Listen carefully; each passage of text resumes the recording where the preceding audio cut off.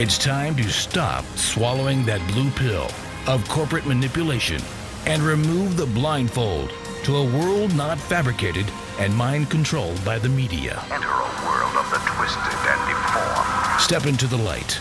Discover the truth. It's time for a reality check. Reality check. Reality check. Reality check. This isn't something you need to be afraid of. Now, two of the most controversial views of the paranormal, as well as conspiracies, you'll ever hear. The hosts of Reality Check, Jessica Johns and Joey Mirabella.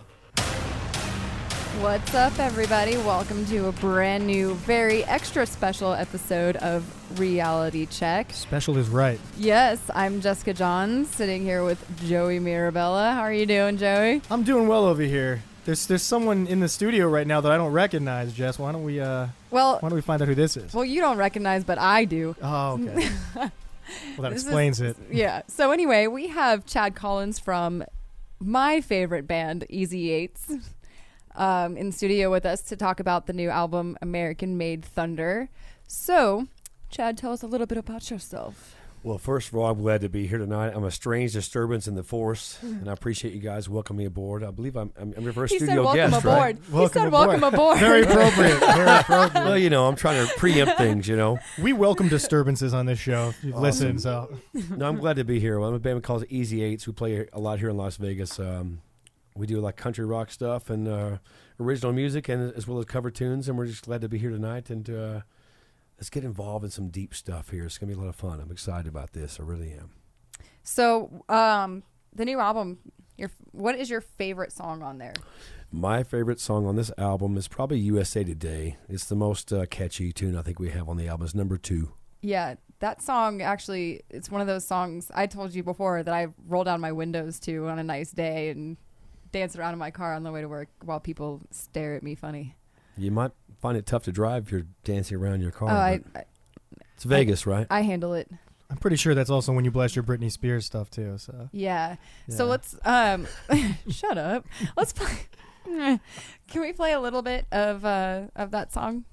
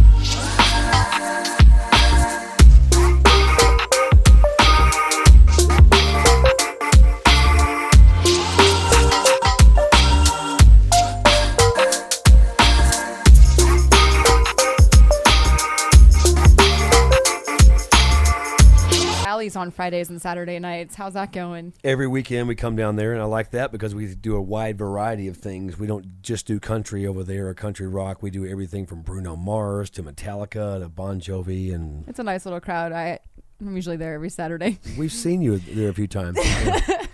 We There's love a it. seat with your name on it there. Actually, at this point, I'm pretty sure. Yeah, actually, right there by the stage. That's like my spot. The one with the star on it, that's her stool. Yes. And it says Reality Check on the back, right? Yes, it does. Yeah, it does. Of course. Yeah. So Chad, you guys have your album release party next week at the Sand Dollar, right? Yes, we took a long time putting this album together, and we spent more time on this album than I think Def Leppard spent on Hysteria, which is like 4 years. So we put a lot of time and effort and money in this album, and it's really near and dear to all of our hearts. We put a lot of blood, sweat, and tears into it, and we finally have our album release party at the Sand Dollar in Las Vegas next Tuesday. I will be there hopefully after Taco Tuesday. No, Taco Tuesday. Yeah. Taco Tuesday. Taco Tuesday. You going, Joey? Am I going? Yeah. Tuesday? Yeah. I'll do my best. That means no. Absolutely. Always leave yourself. This is the first time finding out about it, so I have to see now. So. Leave yourself an We're out. all learning Joey. together. Yeah, so. I get it. there was one more thing. Oh, so Chad, you have another project kind of working right now. What you got going on? I just opened my second wedding chapel in Las Vegas. It's called Las Vegas Chapel of Love. And long story short, I had another wedding chapel a couple of years ago and a couple of partners, and the three of us could not get along. For some reason, I brought these guys into a wonderful business called Weddings in Las Vegas. We started making money, and because they wanted me to be there every day, and I didn't want to be there, so I said, just buy me out then. And they're doing very, very well. I'm pretty sure I'm not going to get a thank you, but they're making lots of money off of me and my ideas. So my idea was, let's do another one with no partners. Well, good luck. Good idea. Thank you. Thank you very much. Oh my God! By the way, we do that because he does Elvis. No, we do Elvis weddings as well, and you can find us at Las Vegas LasVegasChapelOfLove.com. So yeah, it's fun. Website looks good. I saw it. Thank you. You're welcome. Thank you, Mama. So, oh my God. Anyway, so today's topic, we're gonna just like jump right into it, and Chad's gonna join us. I actually gave him some homework, so. This will be fun. Let's see if he did his homework. Let's see if Chad did his homework. Let's see if Chad did his homework. We're going to discuss the Titanic conspiracy since we are at that anniversary week. Yes. And this is, let me tell you something. We went into this open-minded as usual, but we found so much more information on this topic that is going to blow your minds. It blew ours, and it was so much that we're not going to cram it all into an hour episode tonight. We're going to continue it next week. There is that much. And for those of you that think you know the story of Titanic, you have no idea. You don't know anything about it. Nothing. It's just so disturbing, and it's just how could this really have been done this way? But it's sick and it's twisted, and that's what we do on this show. That's our favorite things to talk about. So we're going to start with this. We found this good documentary, or more like a presentation. Well, yeah. I mean, okay. So, we should do first of all, the Joey Mirabella background info, but we're just gonna kind of skim through over, Well, I'm not. We're gonna get to that. I was gonna get to give you that. You want to do the background today, Jess? Today, Jess did all the background information. Yeah, I did. Okay. All right. Why don't you just go ahead then and do that? Okay. Well, just some quick background information because we know pretty much the history of it, but it was the Titanic was built in Belfast, Ireland. In 1910, it had 17,000 engineers, craftsmen, carpenters, artists, and steelworkers that were employed. It was known as the space shuttle of the early 20th century. It was steam to power the ship's engines, and the wing propellers were driven by two 4-story high reciprocating steam engines, and they could generate about 50,000 horsepower. It was 883 feet long, 93 feet wide, and 11 stories high. The maiden voyage was actually intended to be the first of many cross-Atlantic journeys between Southampton, England, France, Queenstown, Ireland, and New York, returning to Plymouth in England. And there were 3 ships intended on that route: the Titanic, the Olympic, and the RMS Oceanic. And the Titanic left port April 10th, 1912. And we all pretty much, everybody pretty much knows, April 14th, it hit an iceberg and sank. But that's not the whole story. No, that's not even close to the whole story. Unfortunately, that is the story that everybody's been told for decades, for a very long period of time. And there is a really interesting like I was saying, a presentation that was done about this, a documentary by a guy named John Hamer, and he wrote this book called The Falsification of History, Our Distorted Reality. But his presentation, it's called The Titanic Sinking, the Rothschild and Rockefeller Conspiracy. I advise people to really look this up because this is going to blow your mind. But during this, he shows a lot of pictures of everything he's talking about. But what do we really think we know about Titanic? Well, a ship did go down. A ship. But it wasn't the Titanic. Not the ship that we thought it was, no. It was the Olympic. Now, what is the Olympic? Now, in the, let's say, 1,500 or plus lives lost, which, believe it or not, the ship wasn't even packed to capacity, which most people don't know, which is interesting, and there's a reason for that. And the research for all of this information that we're getting that has been done by this gentleman and by our own research. It comes from U.S. inquiry transcripts, British inquiry transcripts, Harlan and Wolff public records. There's stuff from archives, libraries, the internet, and there's just so many unanswered questions that don't sync up in this. So what's the official story? Well, that's a good question. There's White Star Line propaganda. White Star Line was the company that owned the ships. J.P. Morgan. Well, I will get to that. Mm-hmm. Conflicting eyewitness accounts. When people were questioned about this, their info didn't sync up. There's contemporary newspaper fiction, so even the newspapers were fabricated at the time to reflect the false story that they put out. And there's just a lot of misleading conclusions that were drawn from it. But this isn't just a U.S. government cover-up. And that's why we have a good listener base from the U.K. that may know some of this that the people in the U.S. don't know. But this was a cover-up that was collaborated on between the U.S. and the British government heavily. And if you all know about the book that was written called A Night to Remember. It was written in 58. Yeah. Then they had the movie come out that was based on this book. But the book, which is interesting, was written by a man named Walter Lord. And Walter Lord happens to be a former CIA agent, which most people don't know. Now, why is a CIA guy writing a book on the Titanic from our government? Government cover-ups. Anytime the CIA is involved, that's pretty much all their aim is. So, can we talk about the Olympic though, real quick, so we can get in on about the switch? I haven't even gotten to that point yet. I thought isn't that how it, like that's where it all kind of starts. Well, I'm jumping is like the Olympic. Well, but there's the reason why he created the Olympic class. We're talking about J.P. Morgan now, right? Yeah. It all stemmed from the book A Night to Remember. Every fact you think you know about Titanic was in this book written to make people believe the story of Titanic.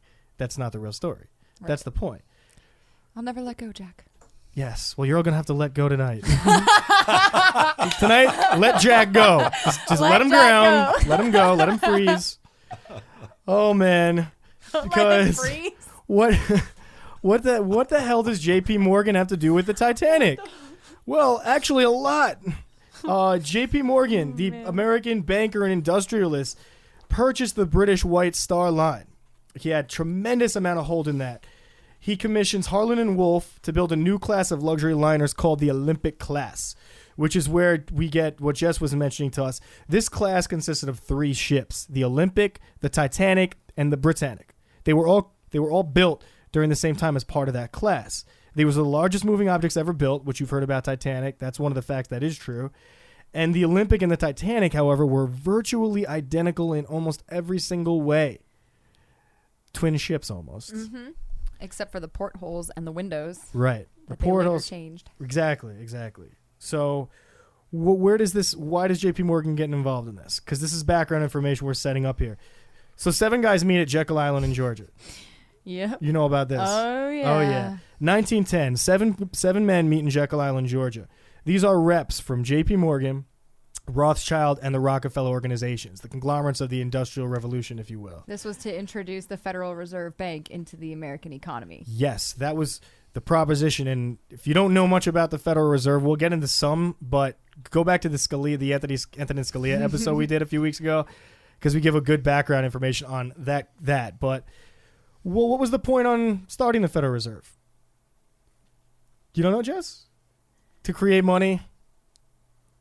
To build interest on it? Just do it, Joey. Put us in debt? Come on. Okay. You look like you want to say something. If I give you a deer in the headlights look, just keep going. I get that a lot from them, Jess, so I don't know. I'm never sure. So what happens at this meeting? It was absolute secrecy. No surnames were used. And this was done to introduce the Federal Reserve Bank. Now, why did this happen? This is pretty much on the route, and I hate using these words together, but to world domination. That is literally what this stems from. Powerful interests were opposing the formation of the Federal Reserve. Okay, and you have to understand these 3 guys that were opposing this were all on the Titanic. Benjamin Guggenheim. I say Titanic in quotes because it was not the Titanic. Exactly. Benjamin Guggenheim. John Jacob Astor. Which people may know from the movie. They talk about him in the actual movie. You know. And Isidore Strauss. Mm-hmm. And these were 3 of the richest men. He was the owner of Macy's. Was it really? Yeah. I just learned something too. That's even more disturbing. But 3 of the richest men in the world right here, and their interests were getting destroyed by the creation of the Federal Reserve Bank. Why? Why did they want to create this? Well, in 1890, World War I was being planned. Let me let that sink in for a second, okay? Let me let that sink in. Sink in. We're flipping the iceberg over all day. That's what we're doing. Let it sink in. World War I was being planned by these guys, but they couldn't finance it. So how do they finance it? They have to come up with a way to create an economy. Just pretty much entirely man-made economy. And that is what the Federal Reserve did. So they did that basically to fund World War I. But to get there, it took a hell of a lot more effort. And actually, there's that interesting quote by Henry Ford that was in there that I really liked. Yeah. So we all know Henry Ford, and he was he created Ford, the Ford brand, the cars we drive, our Mustangs. Our Mustangs, Yeah. the cars we drive. There you go. In 1918, he said this. He quoted this. He says, "It is well enough that people do not understand our banking system and money system. For if they did, I believe there would be a revolution before tomorrow morning." So if we were to know what's been going on from the beginning, people would be so pissed and outraged. I mean, come on, Chad. Wouldn't you be upset about that? Absolutely. Yeah. I mean, that's your money. It's your life. They're playing around with our lives and getting away with it still to this day. Exactly. Yes, they are. We're just pawns in a big game of chess here. And then there's Benjamin Fulford in 2011, who's actually an investigative journalist. Oh, this was a good one. This is really interesting. Can I read this one? Go ahead, Jess. I Read liked away. this one. Read He it. said, the Titanic was sunk deliberately to get rid of senior financiers who were opposed to the taking over of the Federal Reserve Board. John Jacob Astor, Benjamin Guggenheim, and Isidore Strauss. That's who he was referring to. Exactly. Killing two And birds with one stone. Couldn't be. And this is a guy. I mean, if you look on some of what this journalist does, you can find him online. He does a lot of these cover-ups and goes in finds the real information out there. But why would they be opposed to the Federal Reserve, these three rich guys? Well, let's see. It undermined their own personal interests. Again, keep in mind, they don't care. These guys are high up, so it wasn't that they cared about how it would affect other people. They cared about their own wealth, because that's the kind of people they are. So this banking system would cause extreme inflation, and every note, the Federal Reserve notes, the ones we carry in our wallets, has a portion of interest attached to it that we don't know about. That is what creates the national debt. That's what created our national debt from over a century ago, which we're still in to this day. If anybody knows it hasn't been getting better, it's getting worse. So J.P. Morgan is a major shareholder in the Federal Reserve, and he acquired all these guys' businesses, the three we're talking about, right after the Titanic sank. He gets control of all their businesses, all their money. Gee. That's convenient, right? Mm-hmm. Yeah. Nobody's going to suspect he murdered them at all. No, they won't, and there's a reason for that. He seemed to be able to hide their murders in a very famous event that we're discussing tonight. So, can we get into the Olympic now? You really want to talk about that? Yes, I do. Since we got 2 episodes, I told you to pace it. Okay. You're already rushing everybody. I'm not Russian. You're rushing me. I'm not Russian. I'm not ready. I'm I not don't ready to speak, be Russian. I don't speak Russian. Oh, good one. Good one. Oh, Nostrovia. Actually, I think that's Polish. Close. I was close. I don't speak Spanish. You don't speak Spanish. You're way off. Yeah. All right. Well, let's see. Atlantic crossings in the 19th century were mostly poor immigrant passengers. Mm-hmm. So they saw these guys as expendable. They loaded the ship up with a lot of that. If you've seen the movie, you know the poor were all stuck in steerage at the bottom in the crappy little, what do they call it? The bowels of the ship. Yeah, that's a good way. The bowels. Good one, Chad. That's a good way to put it. And they purposely overinsured all these ships. Okay, insurance was around then. They upped the insurance on the Titanic, or quote Titanic. But it was right before it took off, right? Mm-hmm. Right. Because they insured the ships for like 75% of their actual value, but then right before, like a week before the Titanic was getting ready to go, they upped the insurance. Yeah, it went from like, I think it was 2.1 million to 3.2 million. Yeah. Which at the time is equivalent to about 200 million now. Well, 320 because they upped it. Yeah. Something like that. It's just multiply by 100. It's just a bizarre amount of money. It's insane. So the RMS Olympic. Here we go, Jess. Yay. We're here. Okay. So the Olympic was launched a year before the Titanic, but within months, like we're talking like 3 months within its launch, it had 2 serious collisions. One of those collisions was a a run-in with the Royal Navy cruiser, the HMS Hawk, off the coast of the Isle of Wight, causing serious structural damage to the Olympic's keel and steel beams. Repairs were very expensive, and the White Star Line was already in financial trouble. So the Titanic and the Olympic were identical, except for some of the differences that were later altered. The Olympic would be swapped with the Titanic and sank. You're jumping way ahead. No, because this is like everything about the Olympic. Like what they did was they took one of the they basically, in order to patch it up, because it took 2 weeks for them to patch up, right? And then they brought it back to Belfast where the Titanic was already being built. So they took pieces of the Titanic, put it on the Olympic, gave the Olympic a new paint job, some new carpeting, made it look exactly like the Titanic, and even took the like the plates and everything. The bottom of them, the little crest said like White Star Line, Right. so they wouldn't say like Titanic. Well, or I think Olympic, we so need to go into they- more extensive details about the damage that was done to the ship. There's Oh, a yeah, I whole have reason that why too. they swapped them in the Oh first no, I place. have that too. No, I know, but you're skipping some things. No, I'm kind I'm of like- like giving a general of description of the. There's the damage done to this Olympic, which, by the way, it's pretty sketchy that the ship kept crashing into things. They were doing it purposely. Like we said, they took out huge insurance policies, right? right. They were so- trying to get money, but Well, upon investigation on the Olympic, it was found that the Royal Navy did their own investigation, and so did the insurance company, and they basically found that the Olympic crew and White Star Line were liable for damage on both ships. So they lost all that money. they didn't get a payout on it. Right. Yeah, and there was the damage on the ship is significant because the damaged ship is the one they eventually sent out, and it's called the Titanic. So Right. they It was either patch it or scrap it. patch it or scrap it. Desperate times. Right. So steer frames buckled, thousands of popped rivets, steel plates, beams were bent. The biggest issue they said was a bent and twisted keel, Yeah. which made the boat virtually unsailable. But That was the spine, right? Yeah. The spine of the ship. Right. yeah, the most important parts one of the most important parts of the ship, arguably. They had temporary patches. They sent it to Belfast, but then they get it into another accident. They just kept crashing this ship. In like January of 1912. Yeah, and the damage was excruciating. And we're gonna take a little break here because we're gonna come back for our second half. We'll be right back with Chad still here with us because he rode with me, so he's stuck.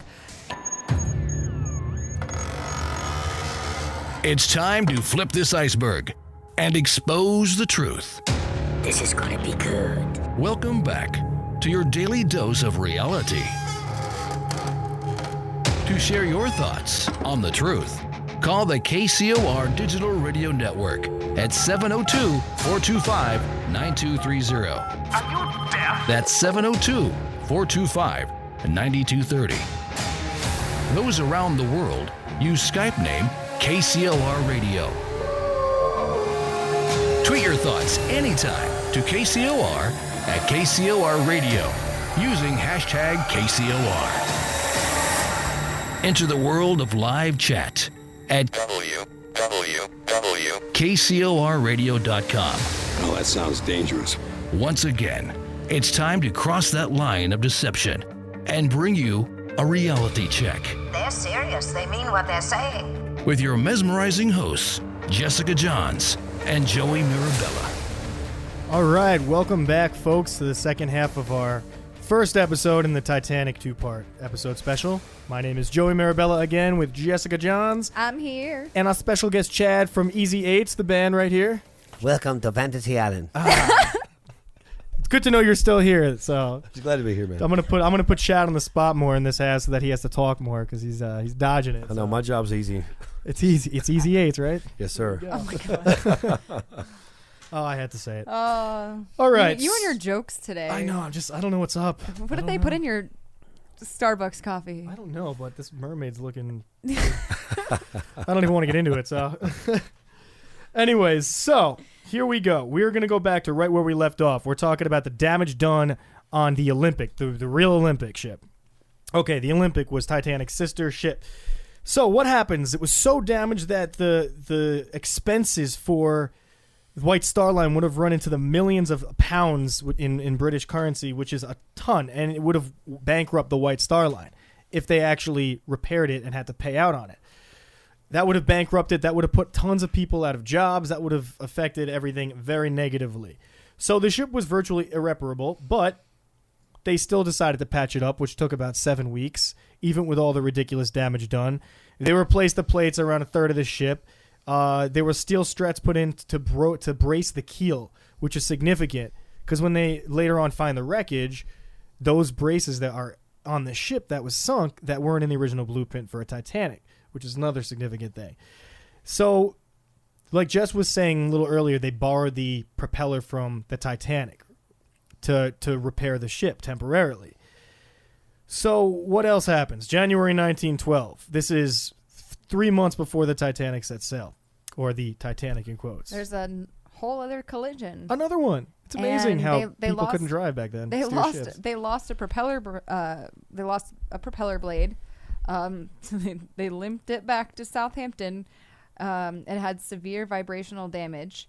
The propeller blade replacement should have taken only a few hours, but it ended up taking like 4 days, and I think that's probably when the switch took place. That sounds kind of strange. Because the Olympic and 4 days. the Olympic and the Titanic were photographed several times together in Belfast around this time, and the original maiden voyage was supposed to be March 20th, and it was pushed back to April 10th.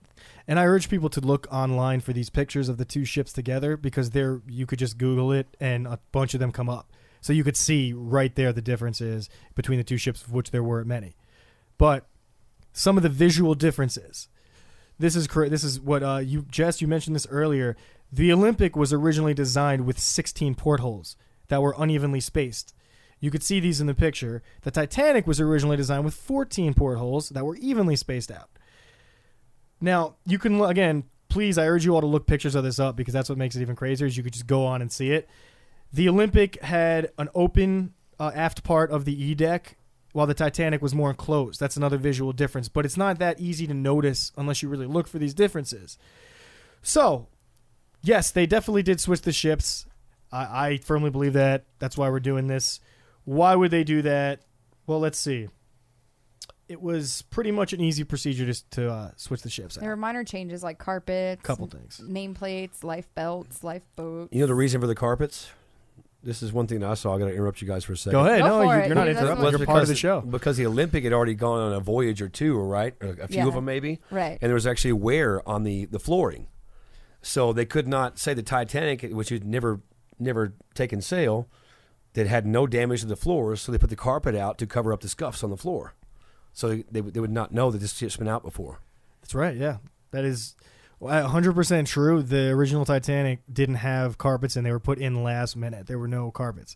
So that's just another fact that people... That's funny how those facts seem to get lost in the last century. You know, the important ones. But, yeah, there's photos of Titanic the day it leaves the port, and it has... How many holes, Jess, when it leaves? Well, the Olympic had 16, and I think the Titanic had 14. Right. So the Titanic had to add more portholes. Well, no, the Titanic didn't add more portholes. That's not the point. Wait. The point I'm making is that the ship, when it left, that they said was Titanic, had 16 portholes. Right. But it was supposed to be the Titanic, which only had 14 portholes. Oh, yeah. So the ship that actually set sail on its maiden voyage was not Titanic. They just made all these changes last minute, and then they ship out the Olympic in its condition, barely prepared. The sea trials were very minimal because they tried to pass it off as the Titanic, the unsinkable ship. So the surveyor was like, "Oh, we're good." I mean, they went through like a couple of things, but they didn't go through all the 2-day sea trials that it was supposed to go through. It went through like maybe 12 hours of it. Nothing Yeah, at if full even. speed either, I don't think. Nothing was at full speed. And they were like, "Okay, you're good." Signed off. You know, just take it. Looks nice. You know, and it Looks was good. You it guys was, can have it. You know, and Go to and town. so that certificate was valid for like a year or something like that. And you know, another interesting thing is they had a second-class passenger that was named Lawrence Beasley, who reported that there was a slight but definite list to the port side throughout the entire voyage of this ship. Right. Meaning that for whatever reason, which we all know what it is, the ship was constantly drifting in one direction, which had to do with the damage on that side. But they just ignored that, dismissed it, and because he was a second-class passenger, they just decided to dismiss it as drivel, something that no one should listen Yeah, to. he was like a science teacher or something too. He's like educated man who knew what was up. Was something. Yeah, but he unfortunately didn't make enough money, so they didn't care. Yeah. That's the way this works. That's the way this sick world works. It still works that way. Yeah, right? Apparently, actually, now that you mentioned, you said it was about a 12-hour sea check they did. It was only 1 to 2 hours jaunt that they sent the ship out on. That was they it. were done by lunch, they said. Yeah. Let's get this out, get it quick, because I really got to go pick up some Wendy's right now. So, Because Dave Thomas was alive. I'm thinking totally. Tea and crumpets. It was tea and crumpets. Yeah. Oh my God. Oh, I wonder if he was alive. I doubt it. I don't know. He's pretty old towards the end there. So. Well, he's not alive now. No, he's not. But we'll do a fast food episode one day, because that'll be a pretty disturbing one too. Rest in peace, Dave Thomas. Yes, good man. Bad food. Bad food. Hopefully Anyway, that's not the way his legacy left. So okay, so what about like as the Titanic was being built or the Olympic, like in the rumors amongst like the crew members, because at that point in time there was a coal strike and people had a hard time finding work. And no one knows that. And nobody and there's this huge coal strike. Yeah. At this time. So everybody's having a hard time finding work, and the Titanic, they're trying to hire all these people to like work on the ship, but even then those people were like, even as desperate as they were to find jobs, they were like, I'm not working on that ship. I'm not going to crew that ship. Nope. And people, there was rumors that people knew, like there were whispers about what was going to happen, because insurance fraud wasn't uncommon those days. Which is crazy, because you don't associate a century ago with insurance fraud. That's more of a modern thing you think about, but it's been going on for that long. And they had they only had 2 firemen, not firemen that we know. I mean, the guys that actually scoop the coal, the stokers, into the furnaces to keep it churning. Only 2 had actually signed up willingly for the Titanic voyage because of those rumors that were going around. They knew about this damage that had happened to the ship, and some of them had actually heard that this was the ship they're sending back out. So they didn't want to take that risk because they knew what was about to happen. And like you were saying, thousands of people needed work. And at this time, why are you going to turn down an opportunity to work? These people had families. They were all poor. They took anything they could get. But they turned this down for a reason. Well, there was also somebody said in one of those documentaries I watched, this lady said that an ancestor, a relative of hers, I think it was like a aunt or great grandmother or somebody, heard these rumors, and there was like a whole like bad omen already. And then they heard hammering coming from like inside the ship as they were building it. So they heard it was like somebody was like entombed within in like the ship's bowels. The bowels. No, you know what I mean? Like there You was mean somebody, you said they heard people inside it while it was being built? But wouldn't that make sense that they were built no, like somebody was trapped in the ship? Yeah. When they were boarding the ship? No, while they were building the ship.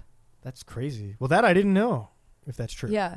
So already those workers, like they were hearing like hammering, and they're like, where's this coming from? Jeez. And so they kind of already saw that as like a bad omen, like somebody's already died, or somebody's like, it's like an Edgar Allan Poe story in the making right there.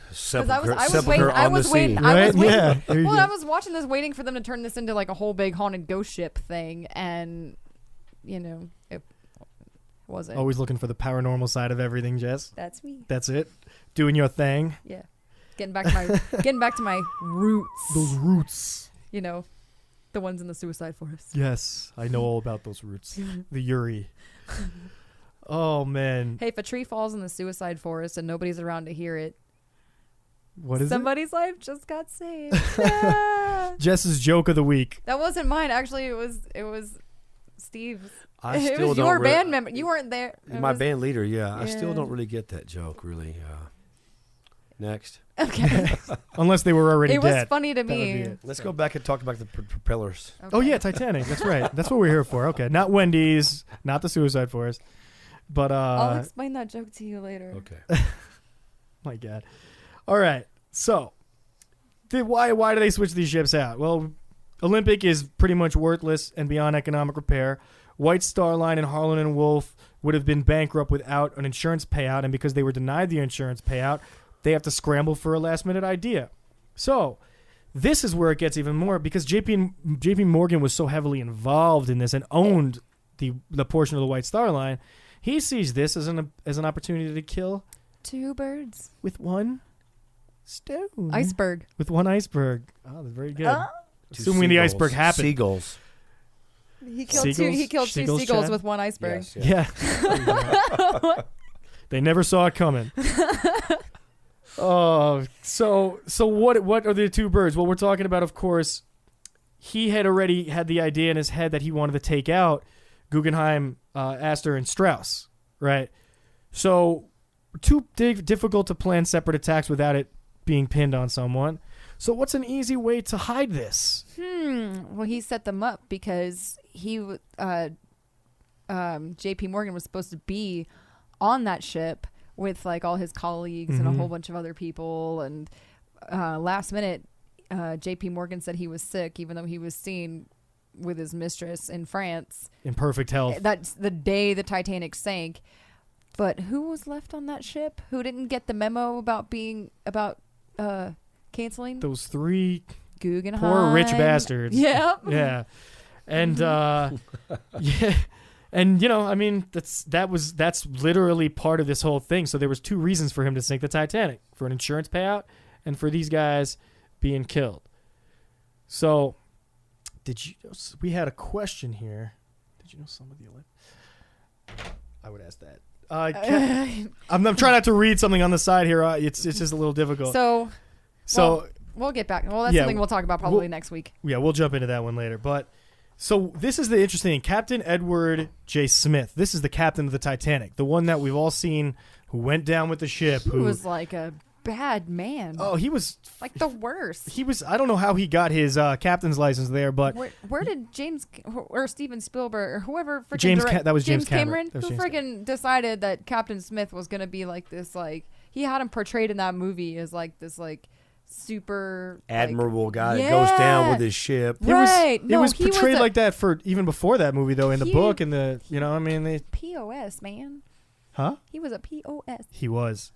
This guy's track record with ships prior to the Titanic is pretty appalling. First of all, he was the one who had also crashed the Olympic 3 times already, which we've mentioned. He also crashed the Republic, the Germanic, the Coptic, the Majestic, which several crew members were killed in. Yes. So as you could see, why the hell would this guy still have a job? I'm pretty sure you'd fire someone after they did those things, right? Well, he was told that the Californian would be standing by, and he insisted on choosing his own crew, and that's those were the reasons that he captained that ship, because he knew he'd be rescued. And they use his record as a lever to make this happen. So they stick this guy on there who's probably willing to just listen. I mean, if he was behind the 3 crashes of the Olympic, then you know that he's pretty much was paid off a crasher. Yeah, it makes you wonder if they were all insurance fraud scams. After the first one might have been they got lucky, got some insurance money, and after that, like, let's do it a couple more times. I honestly believe that if they're crashing a ship that big that many times, that they were trying to get the payout multiple times and they just couldn't get it. To finance their new company. Right. Exactly. So the rumors are going around about the crew that didn't want to be on it. This is another interesting thing. The Olympics maiden voyage, which the real Olympic, the original time it set off, was full. They had it full with passengers and crew. But the actual Titanic, or the Olympic under the guise of Titanic, when it was sent off, was only half full. And that's because there were a lot of people that backed out at the last minute. There were at least 50 first-class passengers that canceled their reservations on the Titanic, and they were all friends and colleagues of J.P. Morgan. Yeah, which is the most... so he informs all his friends and his buddies, which I don't understand how... 50 people are going to know about this happening and all be okay with the knowledge that this sick man, J.P. Morgan, is about to take a ship down full of innocent people just for his own personal gain. What I saw was that some people were actually denied. They wanted first-class status, but they would not sell those, supposedly. Right, they gave them second-class cabins only. Yes. Yeah, so there were actually no first-class cabins being occupied on the ship. They had put them all in second-class cabins, and this was intentionally done to save more lives. Because they only planned on rescuing a certain amount of people in their whole plan. So for some reason, apparently they had wanted to. Since they knew this was happening, they had planned to save a lot more people than got saved. So, I mean, not that I'm trying to portray him in a good light, because the fact that they did this whole thing, you can't really. They argue thought they for were going to that. make a bunch of money in insurance scams and nobody die. Yeah, That was their plan. or not nearly as many as they thought. Yeah. just the ones they wanted to die. Not our wealthy, wealthy friends. That is that's mass murder right there, man. That is, That's- man. That's like, don't make fun. That's like I'm 2,000. encouraging. That's like what was it, like 2,000 people? It Because was only like close 700, to it. only like It was over 770 or something like that were saved, and a lot of them, like the crew members, were taken into custody and interrogated as soon as they landed. Oh yeah, that's after. Yeah. We'll do that one if we even get into that tonight, because it doesn't look We like we're gonna even won't. have time. No, we have so much information here. You just every single bit that we're telling you is a part of this huge. It's like another puzzle piece in this huge story. So, these guys cancel their reservations last minute. Obviously, they couldn't have all been sick last minute. So they have 2 priceless bronzes removed from the ship because they knew the ship was going down, and the J.P. Morgan owned those, so he wants to hold on to those. Again, anything that was of wealth that had monetary intrinsic value, that's all they care about. And then also Florence Ismay, who was the wife of the White Star Line director, also doesn't board the ship, but her husband does. But he obviously told her, don't get on the ship. This is what's going on. She doesn't get on the ship because she's sick last minute too. But then she's also seen in Ireland with her family in perfect health as well. Hanging out with the kids. Yeah, probably kicking back, having some martinis with Mr. Morgan. And his mistress. And his mistress. Absolutely. So then we go to the SS Californian. And I think that we'll start talking about this, and this may be where we leave off for tonight. But the Californian is the ship, and Captain Lord of this ship is the one that got all the flack for Titanic going down. They pinned it all on him. I mean, how do you can't blame him for the Titanic or the Olympic striking that iceberg, because even then, like when the Titanic struck that iceberg, it went in reverse, remember? Like They put it in they put it in reverse. reverse, which had they not have they done saw that, it coming. Well, that's an interesting point, is that had they not put the ship in reverse, which they weren't supposed to do, protocol says you go full speed Head through, on. and just Yeah. turn. And if they had turned, they had enough space where they would have just bulleted through and passed it. Or had they hit it straight on, they also would have survived. That's another thing people don't realize, that they just crashed forward. It wouldn't have scraped the sides of the ship, filling the underside with water. You see that in the movie when they go over it. But Captain Smith also wanted them to go at half speed during through the ice. Yeah. Well, we're jumping a little No, ahead. because that's all. No, I was too. Oh, okay. It's all good. We're both doing it. It's easy to get excited because We're it's just like so we've all been excited. like lied to our whole lives about this whole story. So I know. And then my childhood is just ruined. I think a lot of people's are. Your depiction I mean, of Leonardo first- DiCaprio is just totally gone now. Listen, I said let go, Jess. It's time to let go. I've never. Rose let go. You can let go. I've never liked Leo. No, that was my sister. I My liked him sister in was that one. obsessed with Leonardo DiCaprio because of this movie. So that's why Titanic has this ridiculously special place in the hearts of my family, except that we never really knew the whole story. So our hostess Rose over at Chayo. When I say hi to her, the first thing I always say to her is, "I'll never let go, Jack." Now you can say to her, I'm letting go. Yeah. Rose, I'm letting go. That's it. Oh, man. So, all right. So SS California. Let's bang this out real quick. It leaves England 5 days prior to the Titanic, which is, we now know, the Olympic. They have a full stock of coal, which is in the middle of a coal strike. So no one knows how they even got this coal. That's another interesting thing. There's no passengers at all on the Californian, which no one's told about. And there's no cargo except for, what kind of cargo was on there, Chad? it was. I'm not sure how many wool sweaters. How many? 3,000. 3,000 wool sweaters. And how many passengers were on the Olympic? On the Olympic? 2,200. And that would have been enough for all of them. They were over because they assumed it was going to be at full capacity. So Hey, they had 3,000, right? I have one more fun fact about the Olympic that we needed to get into real quick. All right, spill it. Jess. Okay, so the Olympic, before it set sail, or initially set sail, it was open to the public prior to its maiden voyage, but the Titanic wasn't. Yeah, that's interesting. Pretty crazy. This is where it gets good, kids. Yeah. This is where it gets. This is where it right? gets good. And then If we've bored you to this point and none of this jumps out at you as interesting, it only gets worse from here. So they have 3,000 woolen sweaters and 3,000 woolen blankets aboard the Californian. That is just, I mean, no one knows about this. I mean, what would they need that for? The only thing they could possibly need that for. They were prepared for this to happen. They were told to be waiting there next by the Titanic when it went down. It was apparently the only ship nearby. You know, one of the survivors claimed that the Titanic officers had assured her that the Californian was on its way. Mm-hmm. But it never came. So how'd they know? Because they were told ahead of time. Exactly. They were all being told that there was something coming. Even the captain thought something was coming. But there was which we're going to get into next week, but there was a miscommunication with the distress signals. That was what was crazy about it. So the boilers on the Californian, which on the 14th of April stopped in the middle of the ice field. And another interesting fact that they brought in some captains at the time from other ships that know the protocols. You're not supposed to stop in the middle of an ice field. You're supposed to keep going quickly so that you break through the ice. Mm-hmm. Why would the California stop? And better question, it didn't shut down through the night, which normally a ship would have done. They kept the crew on standby, and they kept the boilers running all night. Ready to go. Even during a coal crisis. So just a couple of those simple facts right there, it just makes no sense. There's so many inconsistencies, and it only gets more and more sketchy from there and interesting.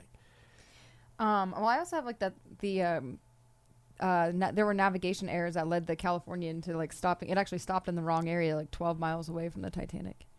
Or okay. Maybe like 19. Well, then I read that it was 19. It was 19, but the Titanic reported it as 12. Right. But 19 miles made a huge difference because of the horizon of the Earth and how the Earth is round. They wouldn't have actually even be able to see the ship, which they were supposed to have. So I want to say thank you to Chad for coming all the way out here. Hey guys, thanks for having me. Any last words of wisdom, Chad? You know what? I really don't have. I got nothing. Okay. Well, I will remember that for the rest of my life. Listen, I'll see you on Saturday at Bally's. Yes. In the Indigo Lounge. So, yay. Thank you guys for supporting us, and I love your show. Support Easy Eights. Look up their songs. They're awesome. And we'll be continuing this next week. Part 2. It's going to get juicier. Oh, man. I know that was a lot to swallow, but open wide. There's more to come. Open wide. Thank you, folks. So Brace yourselves. Have a great night. I'm the king of the world. Stand by.